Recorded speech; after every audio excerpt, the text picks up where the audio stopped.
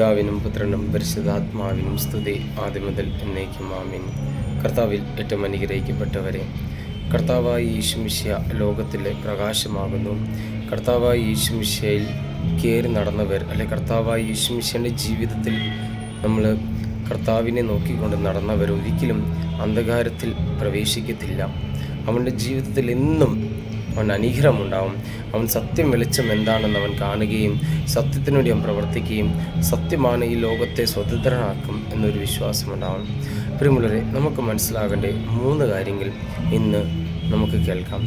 ആദ്യത്തേത്, കർത്താവായ യേശുമിശിഹ സത്യദൈവമായുണ്ട്. ആ സത്യദൈവത്തിലേക്ക് നമ്മൾ പ്രവേശിക്കുമ്പോൾ ആ സത്യദൈവത്തിൽ നമുക്ക് പ്രകാശമുണ്ട്. ആ സത്യദൈവം നമ്മളെ സത്യത്തിലേക്ക് ജീവിക്കാനും സത്യത്തെ സ്വീകരിച്ചുകൊണ്ട് മുമ്പോട്ട് പോകാൻ നമ്മളെ ശക്തിപ്പെടുത്തും.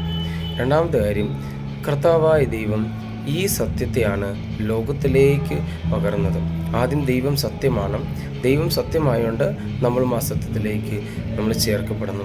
രണ്ടാമത്തെ കാര്യം, ഈ സത്യത്തെ ദൈവത്തിൽ മാത്രം വെച്ച് നിൽക്കാതെ അത് ലോകത്തിലേക്ക് നൽകപ്പെടുന്നു. അതായത് എൻ്റെ പിതാവിൻ്റെ മക്കൾ ഒരിക്കലും വഴിതെറ്റാൻ പാടില്ല. എൻ്റെ പിതാവിൻ്റെ മക്കൾ ഒരിക്കലും ദൈവത്തിൽ നിന്ന് മാറി ജീവിക്കാൻ പാടില്ല. എൻ്റെ പിതാവിൻ്റെ മക്കൾ, പിതാവ് സത്യം എന്ന നിലയിൽ മക്കളും സത്യം അറിയണം. അപ്പോൾ പിതാവിൻ്റെ ഈ സത്യം മക്കളെ അറിയിക്കണം. അതിനാദ്യം കർത്താവായ യേശുമിശിഹ സത്യം എന്താണെന്ന് കാണിച്ചു.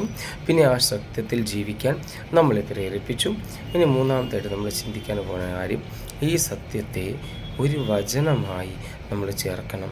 ഇപ്പം നമ്മൾ എപ്പോഴും കാണത്തില്ലേ, വിശുദ്ധ യോഹന്നാൻ എഴുതിയ സുവിശേഷം 8-ാം അധ്യായം 12-ാം വാക്യം എപ്പോഴും നമുക്ക് ഓർമ്മപ്പെടുത്താം.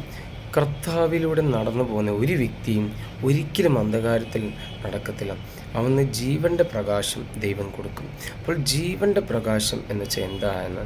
എൻ്റെ ജീവിതം കർത്താവിൻ്റെ ജീവിതം പോലെ ചേർന്ന് നിൽക്കുമ്പോൾ എൻ്റെ ജീവിതം പ്രകാശിക്കപ്പെടും. അപ്പോൾ എൻ്റെ ജീവിതം പ്രകാശിക്കപ്പെടുമ്പോൾ കർത്താവ് സ്വന്തം സ്വർഗത്തിൽ നിന്ന് ഭൂമിയിലേക്ക് ഇറങ്ങി വന്നുകൊണ്ടും നമ്മുടെ ജീവിതത്തെ ധന്യമാക്കിക്കൊണ്ട് നമ്മുടെ ജീവിതത്തെ അനുഗ്രഹമാക്കുന്നു. അപ്പോൾ ഈ ജീവൻ്റെ പ്രകാശം എന്ന് പറഞ്ഞാൽ അത് ഓരോ വ്യക്തിൻ്റെ ഉള്ളിലുണ്ട്. വിശുദ്ധ കുർബാന ജീവൻ്റെ പ്രകാശമാണ്. വിശുദ്ധ കൂദാശ ജീവൻ്റെ പ്രകാശമാണ്.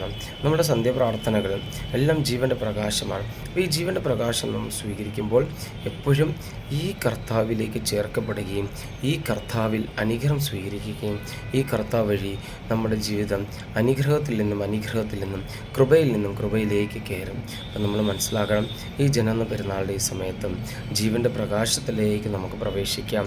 ഒരുപാട് കൃപകളും ഒരുപാട് ദാനങ്ങളും ദൈവം നമുക്ക് നൽകട്ടെ. പ്രത്യേകിച്ച് എല്ലാവരെയും നമുക്ക് സമർപ്പിച്ച് പ്രാർത്ഥിക്കാം. ദൈവം അനുഗ്രഹിക്കട്ടെ. ആമേൻ.